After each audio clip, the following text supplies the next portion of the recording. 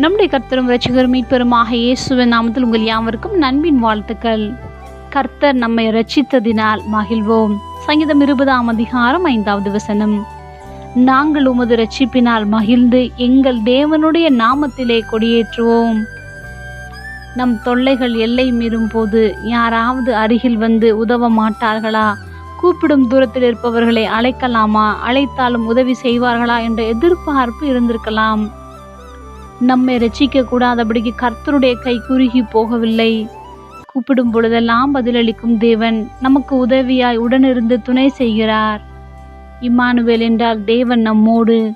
இயேசு இரட்சகராக இவ்வுலகில் அவர் வந்ததின் நோக்கமே நம் வாழ்க்கையில் ஏற்பட்ட கசப்பான அனுபவங்களிலிருந்து நம்முடைய ஆத்துமாவை விடுவிக்கும்படியாக வந்தார். இரட்சிப்பு என்றாலே பாதுகாக்கப்படுதல், விடுவிக்கப்படுதல் என்று அர்த்தம். நம்முடைய ஒவ்வொரு போராட்டங்களிலிருந்தும் பிரச்சனைகளிலிருந்தும் விடுவித்து தொடர்ந்து பாதுகாப்பு தருபவர் அவரே. அநீதி நிறைந்த நம்மை தம்முடைய ஆவியினாலே, தம்முடைய நீதியினாலே நம்முடைய கூடாரங்களில் இரட்சிப்பின் கம்பீர சத்தம் உண்டாகும்படி செய்த கர்த்தருடைய வலதுகரம் இன்றும் நமக்காக பராக்கிரமம் செய்கிறது. எனவே அவருடைய இரட்சிப்பை எண்ணி நித்தமும் மகிழ்ந்து அவருக்குள்ளாக களி கூறுவோம். ஜெபம். அன்பின் பரம தகப்பனே, எப்பொழுதும் எங்களோடு கூட இருக்கிறவரே, உம்முடைய இரட்சிப்பினால் நாங்கள் மிகுந்த மகிழ்ச்சி அடைய செய்ததுக்காக நன்றி செலுத்துகிறோம். இயேசுவின் நாமத்தில் பிதாவே, ஆமென்.